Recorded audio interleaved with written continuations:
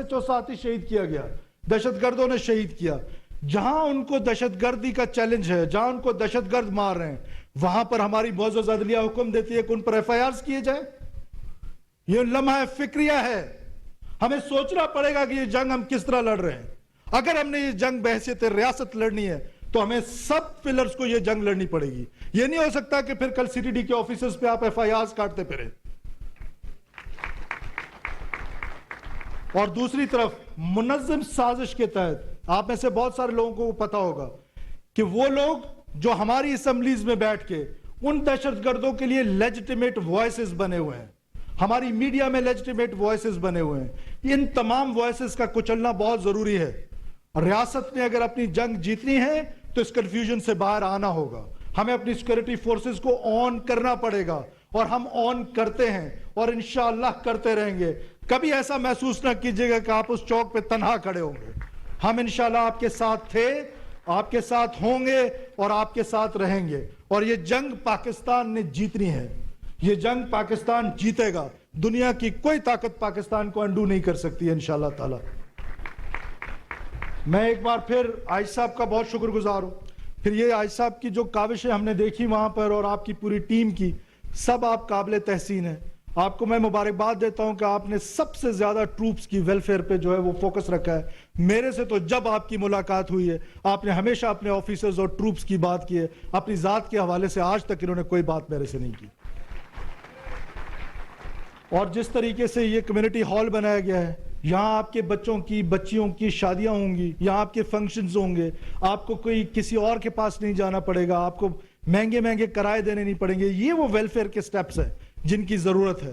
اور انشاءاللہ تعالی حکومت, موجودہ حکومت 2 کے لمیٹڈ ٹائم ہے, بڑا لمیٹڈ مینڈیٹ ہے, آنے والی حکومت اس کو کنٹینیو کرے گی, کیونکہ ہم نے اپنے سیکورٹی فورسز کو, ہم نے اپنے اداروں کو مضبوط کرنا ہے. ادارے مضبوط کب ہوتے ہیں؟ جب ادارے ڈی پولیٹیسائز ہوتے ہیں, جب ادارے اپنا کام کرتے ہیں. اور انشاءاللہ تعالی وہ دن دور نہیں ہے کب ریئلائزیشن آ رہی ہے.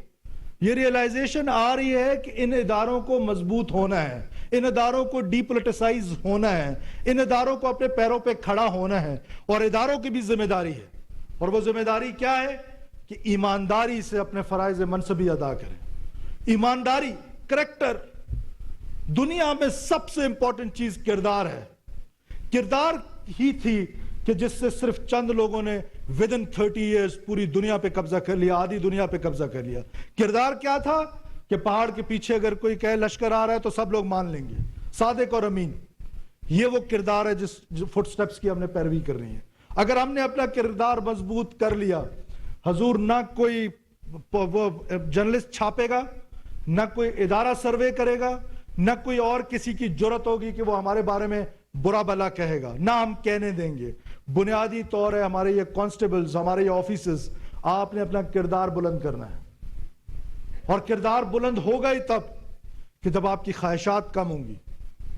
اور خواہشات کم کرنی ہے آپ نے, اپنے ریسورسز میں رہتے ہوئے اپنی زندگی گزارنی ہے. جس دن یہ ریسورسز سے باہر نکل کے اپنی خواہشات پیدا ہوں گی تو آپ کرپشن جیسی لعنت کا شکار ہوں گے. مجھے کہہ لینے دیجئے, میں کسی ایک ادارے کی بات نہیں کر رہا ہوں.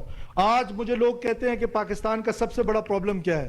پاکستان کا سب سے بڑا چیلنج نہ ٹیررزم ہے, نہ پاکستان کا چیلنج کچھ اور ہے. پاکستان کا چیلنج صرف ایک ہے, اور وہ ہے ہماری سوسائٹی کی کرپشن. ہم بحیثیت سوسائٹی ایوری ون آف اس, ہم کرپٹ پریکٹسز میں شامل ہو گئے.